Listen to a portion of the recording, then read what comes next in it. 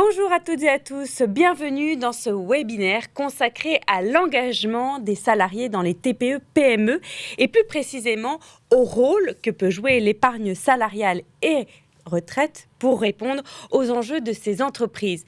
Alors, face aux défis de l'absentéisme, aux nouveaux rapports également au travail, de l'accélération du turnover, et puis, dans un contexte réglementaire qui évolue, l'épargne salariale et retraite s'impose aujourd'hui comme un levier RH incontournable. Quelles sont vraiment les attentes des collaborateurs? Que change la nouvelle loi sur le partage de la valeur? Comment les entreprises peuvent exploiter le potentiel de l'épargne salariale et retraite? Et enfin, quels sont les bons réflexes et les pièges à éviter? On en parle avec mes invités. D'abord, Virginie Ardouin. Bonjour Virginie. Bonjour. Vous êtes consultante culture RH et responsable RH Finistère Habitat. À vos côtés, Jean-Luc Roland. Bonjour Jean-Luc. Vous êtes, quant à vous, expert épargne salariale au sein du groupe Vive. Et puis, à mes côtés, Christophe Audelan. Bonjour. Bonjour Christophe. Bonjour. Vous êtes secrétaire général d'Airparif, une association qui compte 80 salariés et surtout qui surveille et informe sur la qualité de l'air en Île-de-France. Et enfin, bonjour Catherine. Bonjour. Vous êtes donc Catherine Prader, directrice exécutive Grand Sud chez Harmonie Mutuelle. Merci à tous les quatre d'être là aujourd'hui donc, pour parler de ce sujet fondamental, majeur, de l'épargne salariale et retraite. Si vous, dans le public, vous qui nous écoutez, vous avez des questions, n'hésitez pas à poser toutes vos questions sur le chat. Nos experts se feront un plaisir d'y répondre en direct. Alors, on va commencer donc ce webinaire avec vous. Je me tourne vers vous, Virginie, parce que j'aimerais d'abord qu'on comprenne ce qu'implique l'engagement. Est-ce que vous pouvez nous donner une définition précise du mot engagement dans une entreprise aujourd'hui ? Alors, quand on parle d'engagement, aujourd'hui, on parle surtout d'une dimension affective des collaborateurs envers leur organisation. Je m'explique, ça va être ce sentiment d'appartenance qu'on peut avoir de nos salariés qui vont se surpasser pour dépasser leurs objectifs, qui vont effectivement donner le meilleur d'eux-mêmes pour atteindre leurs objectifs, mais aussi les objectifs de l'entreprise qui deviennent finalement les leurs. Donc, on est vraiment dans une dimension très affective derrière et à ne pas confondre avec la motivation. La motivation, c'est ce qui vous donne envie le matin d'aller au travail, de dépasser vos attentes, d'aller un petit peu plus loin sur vos objectifs mensuels de vente ou autre. Donc, on est vraiment sur deux sujets différents. La motivation, elle va être peut-être sur le court terme. L'engagement, lui, il a vraiment une dimension long terme, une dimension assez pérenne. Ça va être le moteur, finalement, le sens, le pourquoi.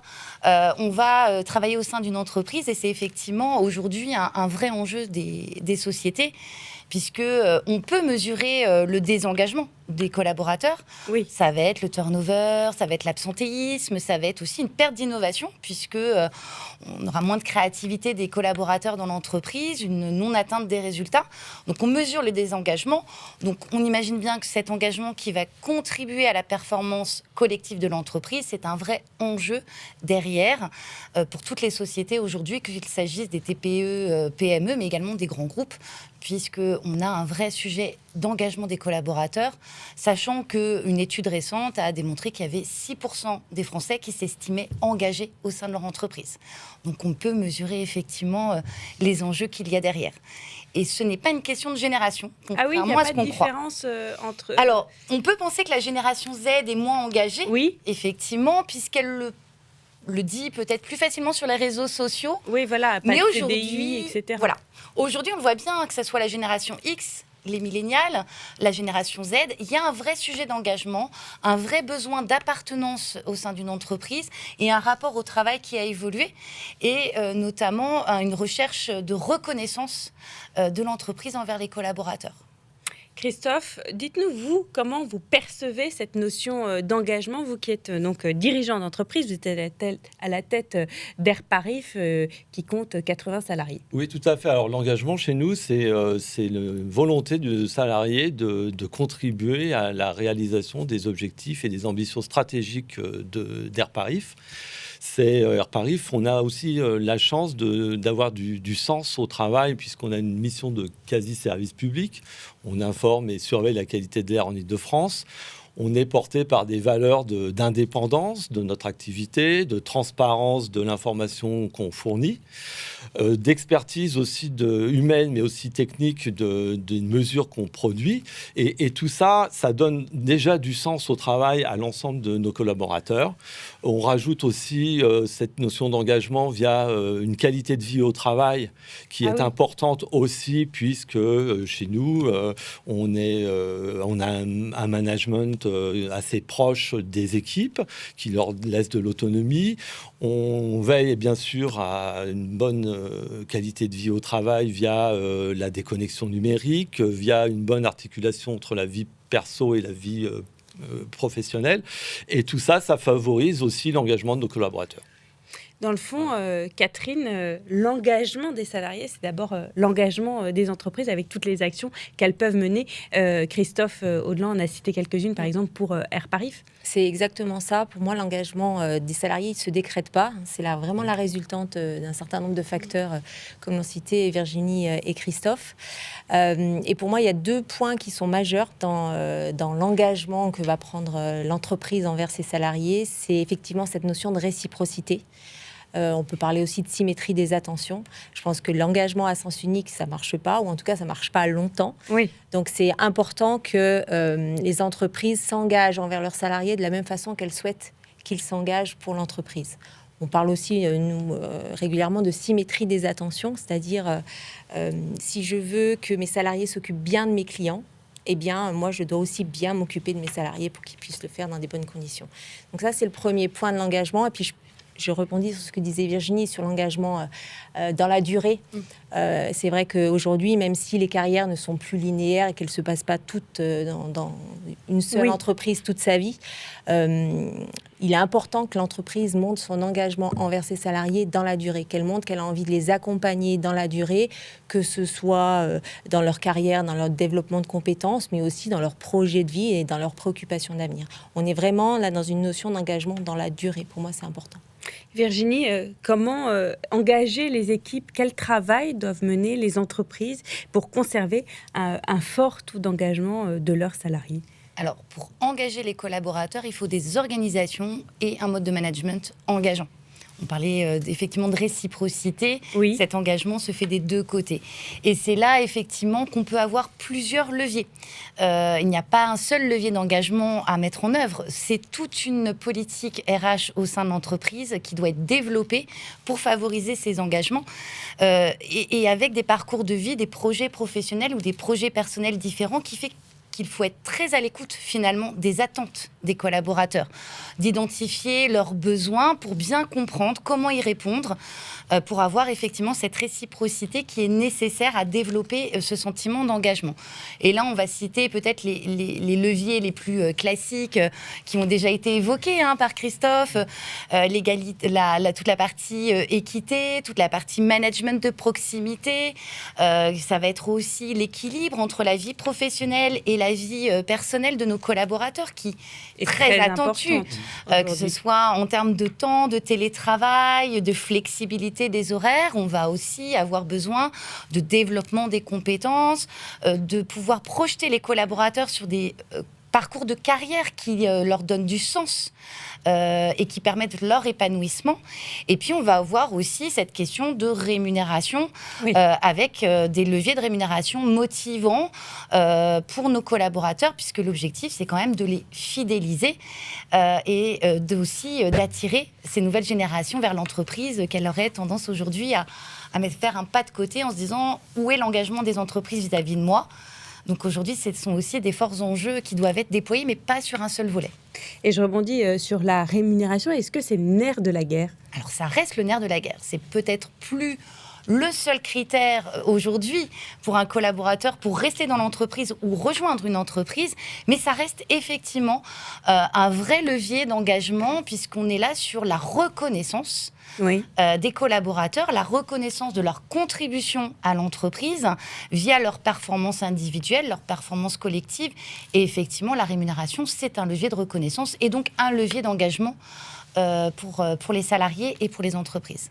Vous partagez ce constat, Christophe ? Oui, bien sûr. Alors, la rémunération, c'est important, c'est le nerf de la guerre, surtout dans ces périodes un petit peu d'inflation où c'est un sujet, une préoccupation qui revient très fréquemment dans les discussions ou les négociations annuelles obligatoires. Nous avons des contraintes aussi. Nous sommes financés par de l'argent public, oui. Donc des contraintes de financement. Mais dès qu'on peut, on essaye d'améliorer les situations des salariés. En 2023, on a bénéficié et profité de la PPV qui a été mise en place chez nous et qui, on en reparlera tout à l'heure, je pense, mais qui un système d'optimisation un petit peu de ce qu'on peut donner aux salariés. Puisqu'il y a des avantages d'exonération fiscale et sociale importantes. Mais c'est aussi d'essayer de valoriser d'autres compléments de rémunération qui doivent être pris en compte par les salariés, les avantages qu'on peut accorder en termes de prévoyance santé, de prévoyance invalidité. On a mis en place le forfait mobilité durable, chez nous, parce que c'est important aussi de sensibiliser les collaborateurs à l'usage de transports en commun, oui. surtout à Airparif. Voilà, c'est tous ces autres avantages qu'on souhaite aussi mettre en avant dans le cadre de notre politique salariale dans notre entreprise. Je voyais, Virginie, vous hochiez la tête, parce que ça reste la rémunération un levier très fort. C'est un levier très fort et on le voit notamment, on est dans les entreprises en pleine phase de négociations annuelles obligatoires, notamment sur la rémunération. Et on voit bien les attentes des salariés sur ces sujets, que ce soit notamment sur leurs demandes via les augmentations collectives ou face à une situation où ils subissent aussi les difficultés, une baisse du pouvoir d'achat, l'inflation. Effectivement, les premières demandes sont plutôt sur la rémunération collective et sur les augmentations collectives, ou voire d'autres dispositifs qui sont liés effectivement au pouvoir d'achat de nos collaborateurs, et pas seulement la rémunération individuelle, effectivement. Nous, on a axé plutôt sur le collectif en 2023 et 2024. D'accord. Voilà. Donc, mais la rémunération reste vraiment un sujet important et un vrai sujet, quelle que soit la génération. Tout à fait. Oui. Ça reste un vrai sujet, même si aujourd'hui, les jeunes actifs qui rentrent sur le marché du travail vont être très attentifs, effectivement, au sens de l'entreprise, au sens qu'ils vont donner au travail, à cet épanouissement aussi personnel, puisqu'il y a plusieurs projets de vie aujourd'hui. Donc, on peut effectivement être amené à avoir plusieurs projets, mais il y a aussi cette envie de se projeter. Aujourd'hui, un jeune actif, il va avoir envie de financer son premier achat immobilier. Il n'est peut-être pas encore à se préoccuper de préparer sa retraite, mais peut-être aussi d'avoir un compte épargne-temps pour son projet de tour du monde. Donc aujourd'hui aussi, les attentes évoluent par rapport à ça. Tout en ayant aussi un contexte aussi économique pour les entreprises plus compliqué.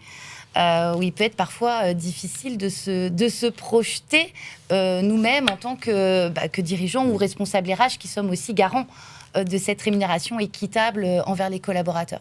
C'est un des leviers, mais ce n'est plus le seul levier, contrairement à peut-être il y a quelques années. Vous parlez de partage de valeur au sujet du partage de la valeur. En décembre dernier, Jean-Luc, a été promulguée une nouvelle loi et qui va permettre de fidéliser et d'engager les collaborateurs. Qu'est-ce qui va changer dans le fond concrètement ? Alors, avant de parler de ce qui va changer, en fait, peut-être faut-il commencer par dire que c'est un peu la continuité de choses qui existent déjà, en fait, parce que l'épargne salariale, en fait, c'est pas nouveau. Donc, on en parle depuis des années.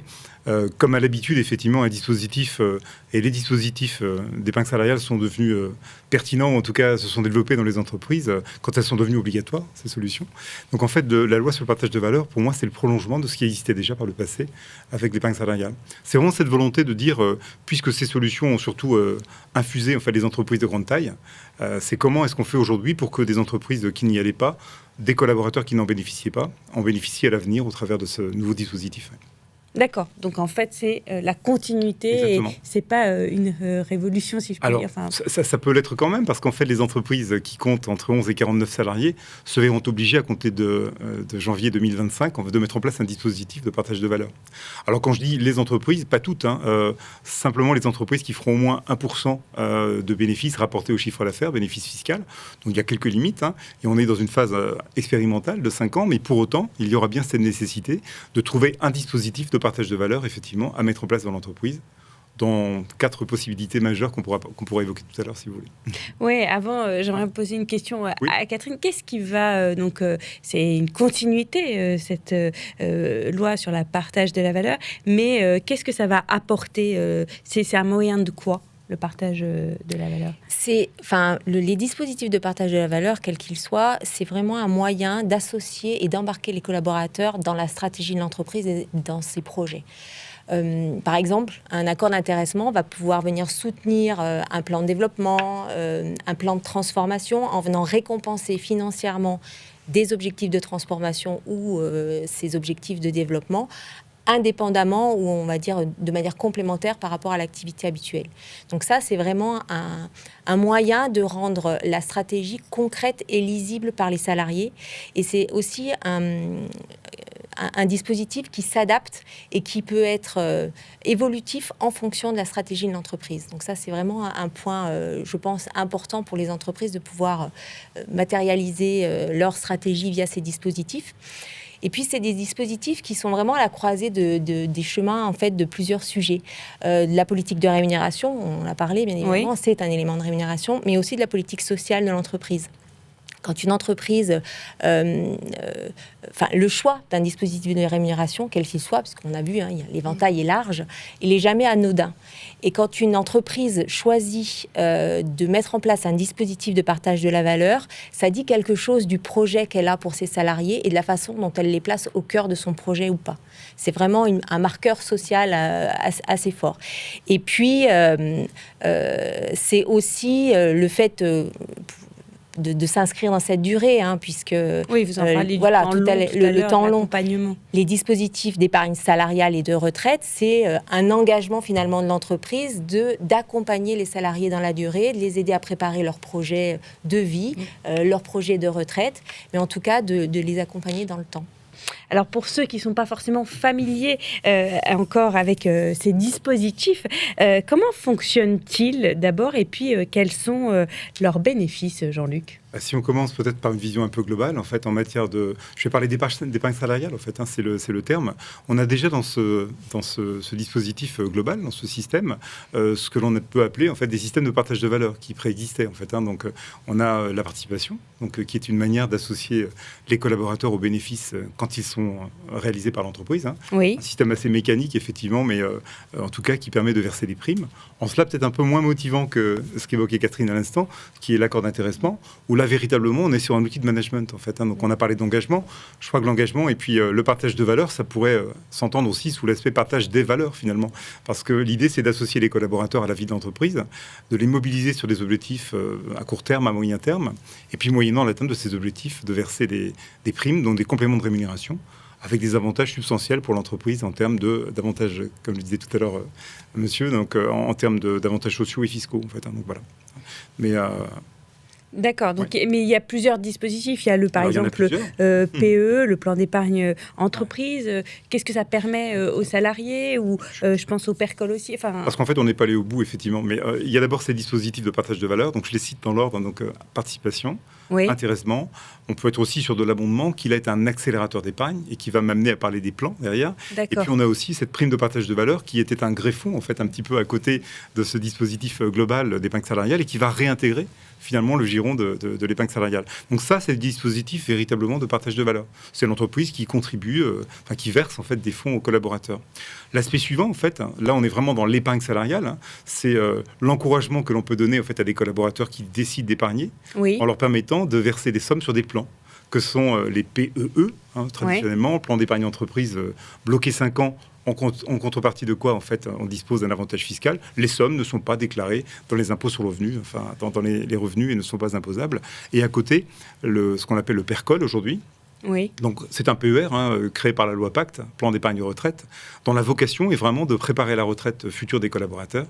Et donc, les collaborateurs, les salariés des entreprises ont la possibilité de verser, en fait, les sommes issus des partages de valeur sur l'un ou l'autre des plans. Voilà. Ou d'ailleurs de les toucher directement. Ça reste un point important qui était évoqué parce que des populations jeunes peuvent, par exemple, se dire moi, j'ai pas forcément vocation... D'abord, j'ai pas d'intérêt fiscal, j'ai pas de levier fiscal.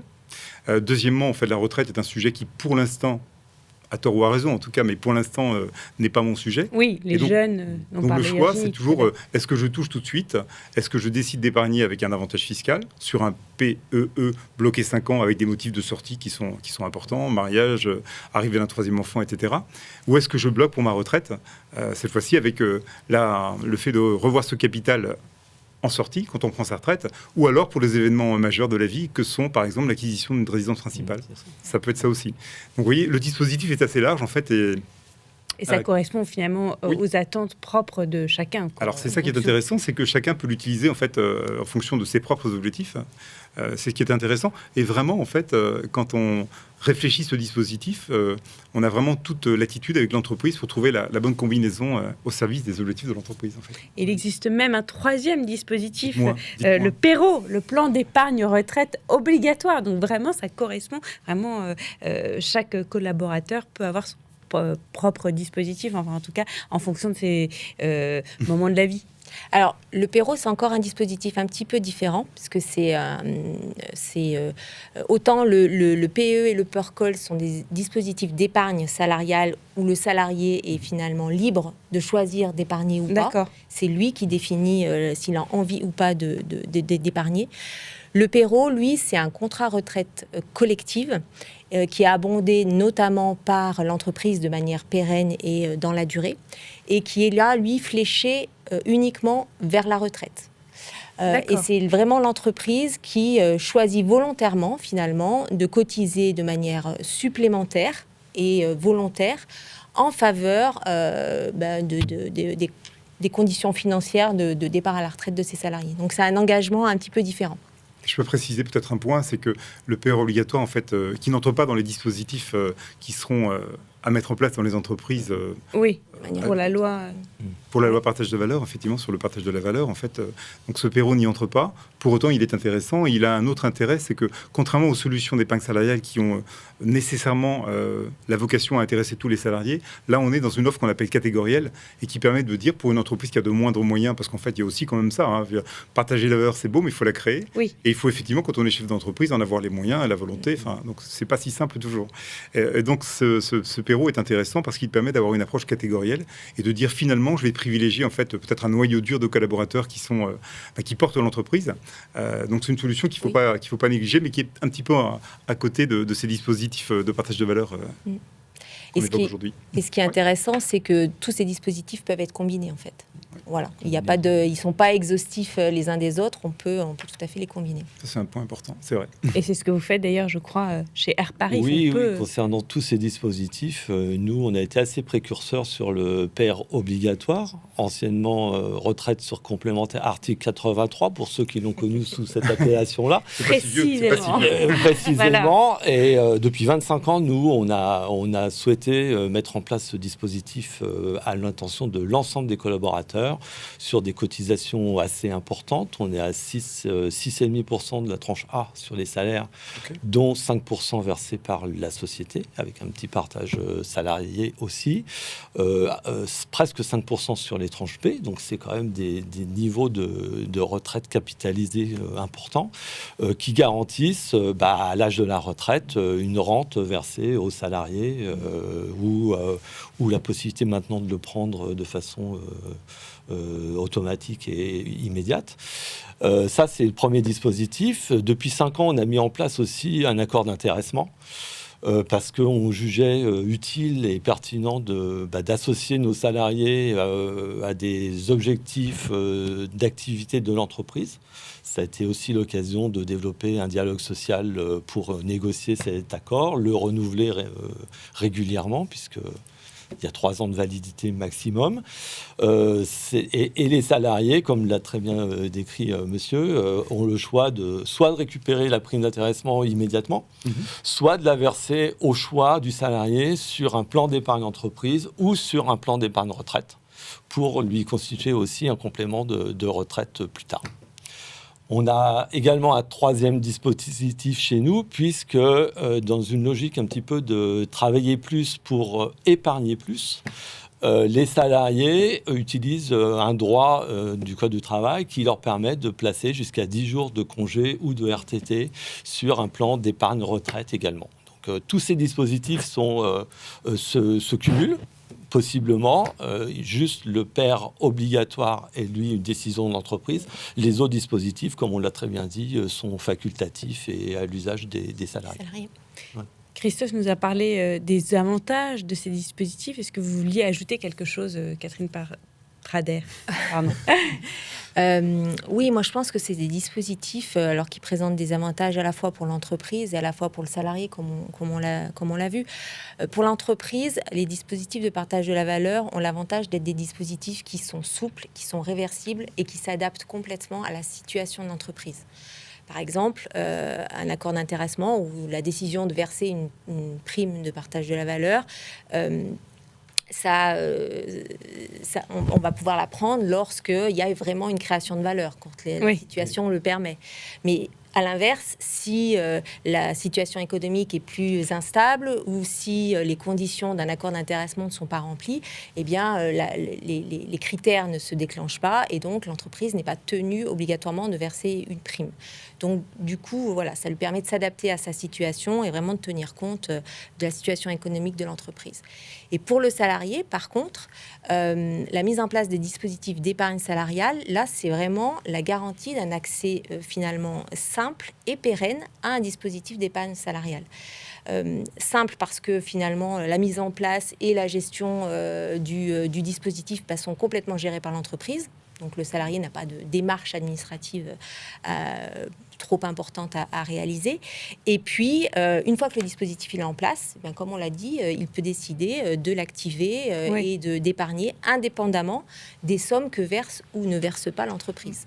Donc voilà, c'est vraiment un dispositif aussi qui est pérenne pour le salarié et qui lui permet d'en bénéficier dans la durée. C'est aussi un outil finalement que l'entreprise met en place pour ses collaborateurs, parce qu'effectivement, quand une entreprise, c'est le cas d'Airparif, met en place ou un PER obligatoire ou encore un PERCOL, plan d'épargne retraite collectif, eh bien c'est aussi la possibilité pour le salarié de préparer sa retraite à sa mesure et de bénéficier, s'il le souhaite, de la défiscalisation bien connue aujourd'hui des épargnants qui le font allègrement sur des PER individuels. Donc voilà, c'est vraiment un tarif, l'accès à une solution qui est négociée par l'entreprise à des tarifs préférentiels pour ses salariés. Donc c'est aussi un avantage majeur, je dirais, des solutions. Donc il y a des avantages et fiscaux et sociaux. Pour le salarié, c'est principalement, on va dire, c'est un avantage économique déjà, parce que c'est un complément de rémunération, donc ça c'est important. C'est un avantage aussi fiscal pour ceux qui payent de l'impôt et qui veulent le défiscaliser en plaçant sur un PE et sur un PERCOL. Et puis pour l'entreprise, c'est aussi, même s'il y a un point que je dirai après, mais c'est aussi un moyen de mettre, je dirais, des revenus supplémentaires, des revenus additionnels, mais à moindre coût pour l'entreprise. Parce qu'avec des exonérations qui sont importantes en termes de charges sociales et même de forfait social, en l'occurrence. Donc il y a vraiment ce côté économique qui est un levier majeur en fait de l'épargne salariale. Et quels sont justement les effets pour les entreprises de ces dispositifs ? Alors, ce que je n'ai pas dit tout à l'heure, c'est que bien évidemment, ces dispositifs ne viennent pas en concurrence avec les augmentations de salaire. Oui. Alors, dans une NAO, dans une négociation annuelle obligatoire, en fait, on en discute, on joue un peu. Par contre, la vocation profonde de l'épargne salariale, c'est de faire du plus pour le salarié. Et donc, en aucun cas, ça ne vient se substituer. C'est d'ailleurs écrit dans les premières lignes du texte de loi. Ça ne vient en aucun cas se substituer, effectivement, à des éléments de rémunération qui existent déjà. Donc, c'est un point important. Donc, deux choses qui me paraissent moins essentielles. C'est, un, tous les collaborateurs sont concernés. Enfin, la seule limite, c'est effectivement d'avoir 3 mois de présence dans l'entreprise. Et sinon, tous ceux qui sont liés à l'entreprise par un contrat de travail en bénéficient. Et deuxièmement, ça ne vient pas en concurrence avec des choses qui préexistent dans l'entreprise. Donc, c'est du plus pour le salarié. On vient de voir les différents avantages, Virginie, de ces dispositifs. Mais sur le plan pratique, quelles sont les clés de succès pour la mise en œuvre et la mise en place ? Par quoi on commence ? Alors, déjà, il faut le rappeler, cette mise en place d'une épargne salariale, c'est effectivement un enjeu stratégique. C'est une vraie définition de la place de la contribution des collaborateurs dans la valeur de l'entreprise et comment on partage cette valeur. Est-ce qu'on considère que ce sont les collaborateurs qui ont contribué à cette performance et à ce moment-là, on accepte effectivement d'en distribuer les bénéfices auprès des collaborateurs via ces systèmes de participation, d'intéressement. Et c'est surtout sur ces enjeux-là qu'il faut d'abord réfléchir en prenant le temps de bien comprendre aussi les enjeux de l'entreprise. C'est ces sujets, notamment par rapport aux attentes des collaborateurs. Bien évidemment, si vous proposez sur une start-up un plan d'épargne retraite, ça va peut-être pas avoir le même effet que si vous proposez effectivement un plan d'épargne d'entreprise avec des systèmes de participation, d'intéressement, sur lequel on peut tout à fait aussi expliquer d'ailleurs aux jeunes collaborateurs. On parlait de la génération Z qui peut ne pas se sentir concernée aujourd'hui par ces sujets-là, de leur expliquer que cette rémunération qui est un plus, c'est de l'épargne qui peut se faire sans aller sur leur rémunération directe. Donc, c'est intéressant aussi d'aller voir quelles sont les attentes des collaborateurs, quels sont leurs besoins par rapport à cette épargne salariale et de pouvoir y réfléchir. Et quand on est dans cette notion de « je réponds à un besoin de mes collaborateurs », c'est beaucoup plus facile d'aller vers le dialogue social, notamment avec les partenaires sociaux. Là, on est presque sur des points convergents finalement entre la direction qui souhaite partager cette valeur et la façon dont elle souhaite le partager et avec la voix des salariés qui est portée par les partenaires. Donc c'est vraiment, je pense, avant tout un enjeu stratégique et après un enjeu technique où là, effectivement, souvent, nous, RH, on se trouve un peu démunis parce qu'il y a des systèmes de calcul et autres. Et c'est peut-être là où, effectivement, on est, nous, au service RH, moins à l'aise sur le sujet. Peut-être que Jean-Luc aurait la réponse. Moi, je crois que vous l'avez bien défini, en fait. Globalement, moi, ce que je valide complètement, c'est cette nécessité d'associer le plus tôt possible dans les réflexions des collaborateurs. Ce qui fait la clé de la réussite, clairement, en fait. Donc, je crois qu'en fait, quand on parle d'accord de participation, d'accord d'intéressement, il y a bien cette notion de concertation, d'échange et de s'accorder sur ce qui est important et ce qui l'est moins, en fait. Donc ça, c'est important. Et d'ailleurs, cet échange, si je prends un peu de recul par rapport à ce que je vois sur le marché de l'épargne salariale, ce que je constate souvent, c'est que des dispositifs sont souvent mis en place, sont parfois mal vendus, mal expliqués aux collaborateurs, qui ne le comprennent pas forcément et ne l'utilisent pas. Et c'est des dispositifs qui ne vivent pas, qui ne sont pas maintenus. Donc ce dialogue, en fait, que vous évoquiez donc à l'instant dans la mise en place, en fait, s'accorder sur un dispositif, il doit perdurer, quoi. C'est vraiment cette maintenance, en fait, du dispositif qui est la clé, quoi, clairement. Est-ce qu'on peut, si on structurait tous ces avantages, etc., le formuler sur un modèle avec 3 points ou sur un triptyque, etc. Alors là, on parle effectivement de l'approche... oui, vous avez raison, je vois ce que vous voulez dire. C'est vrai que ce dispositif est assez complexe en réalité parce qu'en fait, on a le choix. Je suis chef d'entreprise, Jean-Luc est chef d'entreprise, il pourrait l'être. Et Jean-Luc décide effectivement de mettre en place un dispositif. Il peut décider de mettre en place un accord de participation. Oui. C'est mécanique. Et effectivement, dès lors qu'il est mis en place, il gagne de l'argent. L'entreprise en gagne en tout cas.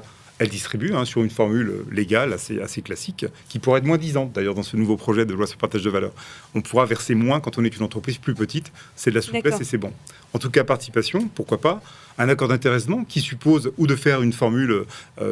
il y a des sites gouvernementaux qui permettent de faire des choses très simples, mais pour autant, c'est quand même une réflexion de fond sur quels sont les objectifs clés de mon entreprise, comment j'engage mes salariés, quels sont les indicateurs que je suis, est-ce qu'ils sont suffisamment lisibles, clairs, validés par mes collaborateurs. Ça, c'est des points qui sont des points importants. Donc, participation, intéressement, l'abondement, c'est aussi très simple à mettre en place. On peut très bien décider simplement de dire, si tu fais l'effort, monsieur le salarié, de verser sur un plan, PEI, Percoli, il y a le petit chez nous, eh bien, effectivement, moi, entreprise, je t'accompagne, je verse à tes côtés.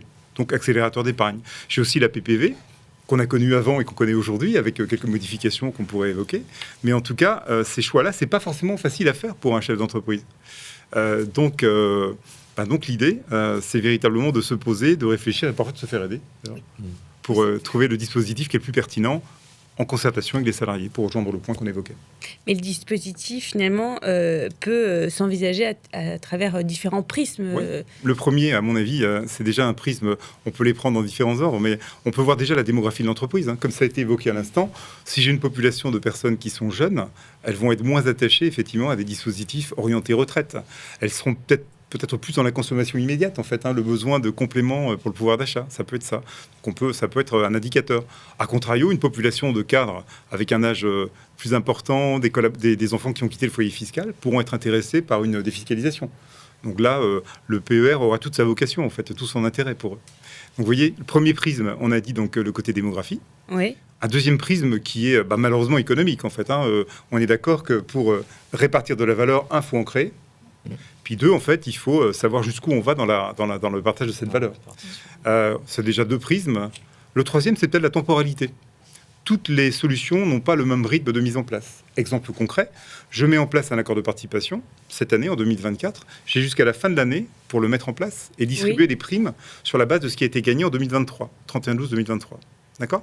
Si je mets en place un accord d'intéressement, je dois le négocier dans les 6 premiers mois de l'année 2024. Il devra être déposé dans les 15 jours, donc avant fin juin. Et il ne donnera ses fruits que quand on aura constaté les résultats 2024 pour un versement avant le 30 mai 2025. Voilà. Oui. Donc on n'a pas la même temporalité. Donc je synthétise. Effectivement, on va dire démographie, oui. La typologie des salariés de l'entreprise. 2, les aspects économiques. Et 3, effectivement, cette notion de rapidité, de temporalité. Et sur les effets concrets, tout à l'heure, vous avez expliqué pour les entreprises, etc. Mais il faut aussi peut-être préciser que le taux de prélèvement peut varier aussi en fonction de la taille de l'entreprise. Je vais prendre un exemple très simple, en fait. Un salarié, effectivement, qui n'est pas imposé. Je ne suis pas imposable, je suis salarié d'une entreprise. L'entreprise va dépenser 100. Moi, je vais toucher, finalement, en net, à peu près 52. D'accord ? On voit quand même la déperdition qui est liée principalement aux charges sociales, principalement. Alors, qui ont leur vertu, c'est ce qui finance notre système de protection. Donc, donc il ne s'agit pas de remettre en cause. Oui, tout à fait. Si on est imposé avec un taux marginal d'imposition à 11%, on va passer en fait à un taux d'efficacité de 47%. On va descendre en fait à 37% si on est imposé à 30%. Donc, vous voyez, globalement, la situation des salariés, mais le niveau de charge fait que ce que je vais verser, en fait, sera peut-être peu, en fait, dans la poche de mon collaborateur. L'avantage de l'épingle salariale, c'est qu'on arrive à un taux de 90,3%. Il y a la CSG-CRDS qui perdure, mais on a un taux d'efficacité de 90%. Sur 100 que je donne, il y a 90,3 qui vont dans la poche du salarié. Donc, il y a quand même quelques intérêts, en fait, économiques derrière. Jean-Luc nous a exposé donc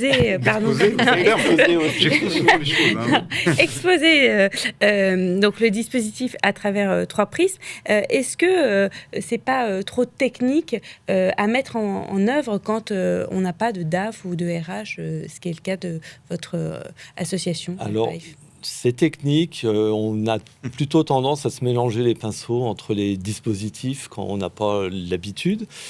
Et les salariés encore plus. Ça nécessite effectivement d'avoir une communication interne importante et de rappeler assez fréquemment toutes les possibilités. Mais si on est bien accompagné, c'est pas très difficile. Il y a un formalisme à respecter au niveau déclaratif, et des respects de délai, comme l'a précisé Jean-Luc, avant le 30 juin pour un accord d'intéressement. Mais voilà, c'est avec un accompagnement d'un expert, ça se passe très bien et ça permet de développer le dialogue social dans l'entreprise et de montrer aussi qu'on veut partager les fruits de la croissance et des résultats vis-à-vis des salariés qui s'engagent avec nous sur l'atteinte des objectifs. Ce n'est donc pas très compliqué, Jean-Luc, et la loi a permis de simplifier les procédures. Elle les simplifie, et encore une fois, je pense qu'un chef d'entreprise n'est pas seul, en fait, pour ce genre d'opération. Il faut savoir se faire accompagner. Est-ce qu'il y a quand même des précautions à prendre, à mettre en place pour que tout fonctionne? Quels seraient les écueils à éviter, Virginie? Alors, je rebondirai effectivement sur la communication. Oui. Une mauvaise communication sur les dispositifs peut effectivement les rendre totalement inopérants vis-à-vis des salariés. Et cette communication, elle doit être prise voire même dès le recrutement, puisque c'est presque un levier d'attractivité aussi de proposer ces dispositifs de rémunération complémentaires dans le cadre d'un package, donc c'est important d'en parler. On en fait part dans nos propositions d'embauche de tous ces dispositifs, justement, parce que c'est aussi des éléments à prendre en compte. Et de fidéliser. Et ça permet aussi de fidéliser. Alors, il y a des obligations auprès de nos collaborateurs de transmettre les documents à l'embauche et à la sortie. Exactement. Ce qui peut effectivement sembler être une formalité administrative en plus, mais effectivement, pouvoir communiquer sur ces sujets et tout au long de la vie du collaborateur au sein de l'entreprise, c'est important, puisque ce n'est pas parce que le collaborateur quitte l'entreprise qu'on coupe aussi son plan d'épargne d'entreprise en plus. Donc c'est important de leur donner ces éléments-là. Et donc oui, effectivement, je pense que la communication sur ces sujets, c'est aujourd'hui un vrai enjeu pour les services RH aussi, de s'en emparer, de communiquer, puisque c'est aussi parler de la stratégie de l'entreprise et puis de rappeler que l'entreprise s'engage aux côtés des collaborateurs en distribuant aussi la croissance, en distribuant les fruits de la performance collective qui est finalement la contribution de tout à chacun au sein de l'entreprise. Donc, je dirais le manque de communication, le manque de transparence, d'un point de vue RH, aurait effectivement un impact plutôt négatif sur un dispositif qui, à l'origine, est très positif. Et l'accompagnement aussi est très important. Pour moi, c'est clé. Alors, quand on parle de l'accompagnement, on l'a évoqué tout à l'heure, c'est dans la phase amont, en fait. Donc, l'analyse des besoins de l'entreprise et puis l'élaboration du dispositif qui est la plus pertinente par rapport aux objectifs de l'entreprise, véritablement, à ses contraintes. Donc ça, c'est le premier point. Il y a l'accompagnement aussi, effectivement, dans la mise en place et la communication vis-à-vis des collaborateurs. Parce que je pense que il y a un temps fort, forcément, quand on met en place un dispositif, c'est cette communication que l'on fait et qui doit être assez pédagogique et simple pour expliquer comment, en fait, on peut utiliser dans les meilleures conditions son plan d'épargne entreprise, également son plan d'épargne retraite sur le plan des fiscalisations. Donc tout ça fait partie, effectivement, des facteurs différenciants, ou en tout cas des clés de réussite, des facteurs clés de succès de la mise en place d'un dispositif d'épargne salariale. Quel conseil donneriez-vous aux chefs d'entreprise qui voudraient mettre en place tous ces dispositifs, Christophe ? Il faut y aller, c'est intéressant, permet aussi de renforcer l'attractivité de l'entreprise et de plutôt valoriser d'autres formes de rémunération que le salaire brut ou net à la fin du mois. Enfin, tous ces avantages, c'est important aussi pour les salariés de bien les avoir en tête.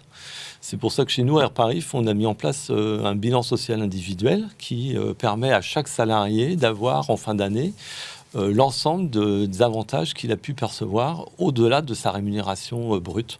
C'est des petits fascicules qu'on distribue à chaque salarié et qui reprend la rémunération directe, la rémunération différée qu'il a, ce qu'on verse aussi pour sa protection sociale, santé, puisqu'on va au-delà de ce que la loi nous oblige.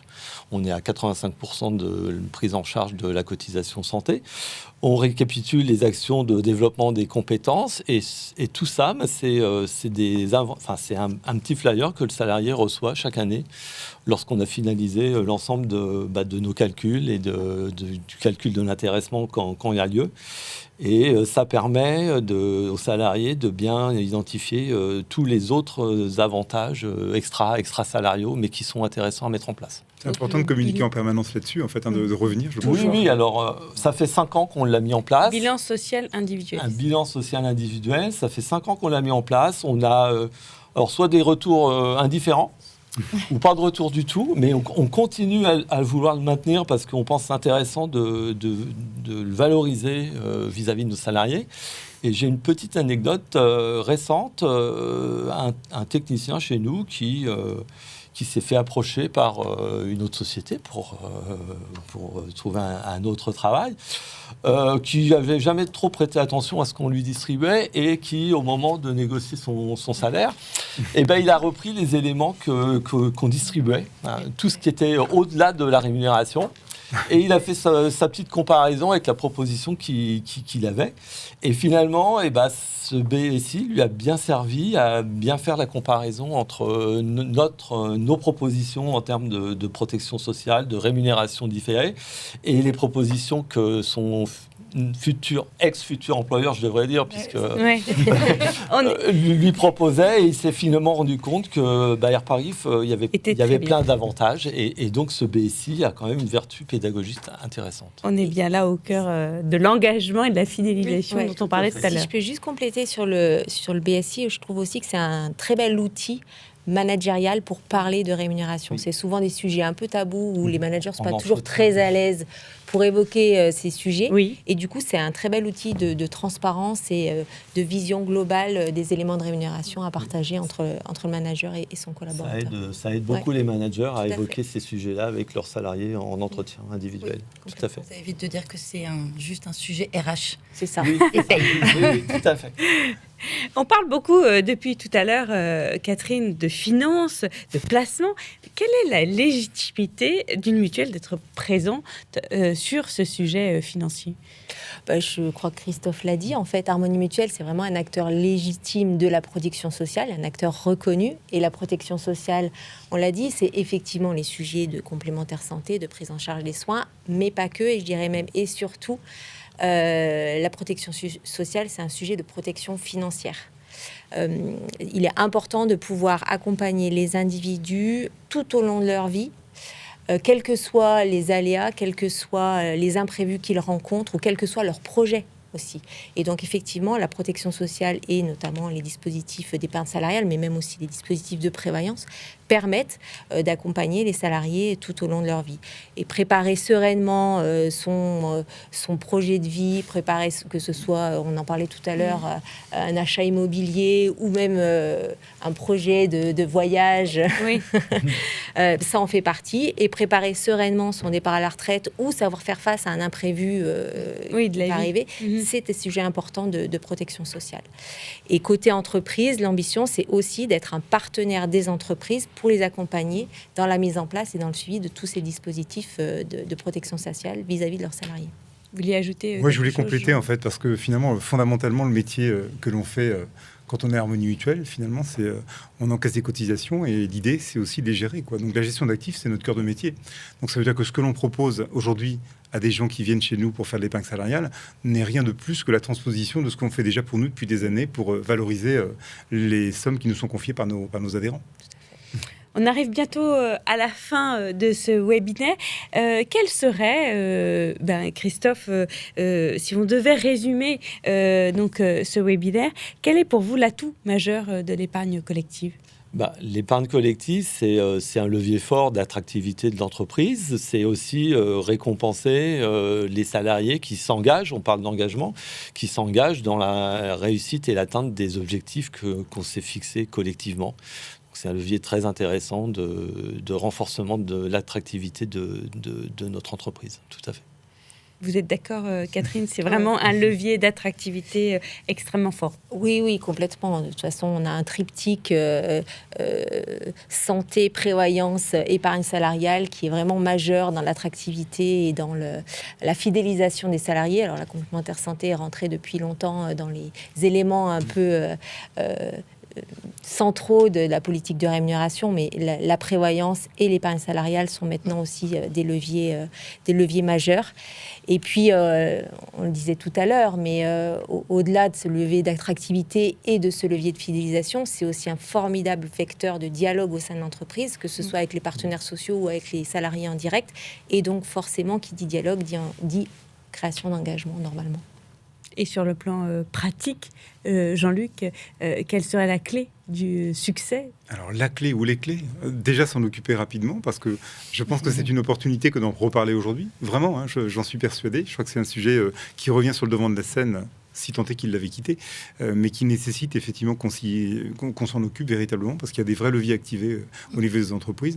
Et après, je crois qu'en fait, c'est une vraie opportunité aussi de nouer ou de renouer en fait un dialogue avec les salariés sur la stratégie et comment est-ce qu'on bâtit ensemble en fait cette notion de partage, de sort en fait au-delà du partage de valeur en fait qui est important.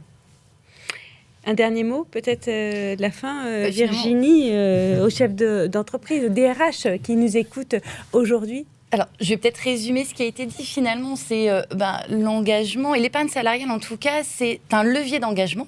Mais c'est aussi finalement le résultat de cet engagement. L'engagement va contribuer à la performance collective de l'entreprise. Cette performance va être génératrice de croissance, de bénéfices qu'on va naturellement redistribuer aux collaborateurs en forme de reconnaissance de cet engagement. Donc finalement, c'est presque un cercle vertueux de par l'épargne salariale, de contribuer à l'engagement, de favoriser cet engagement, de reconnaître cet engagement. Donc c'est là où effectivement les dirigeants et avec notamment les services RH qui vont les accompagner sur ces sujets.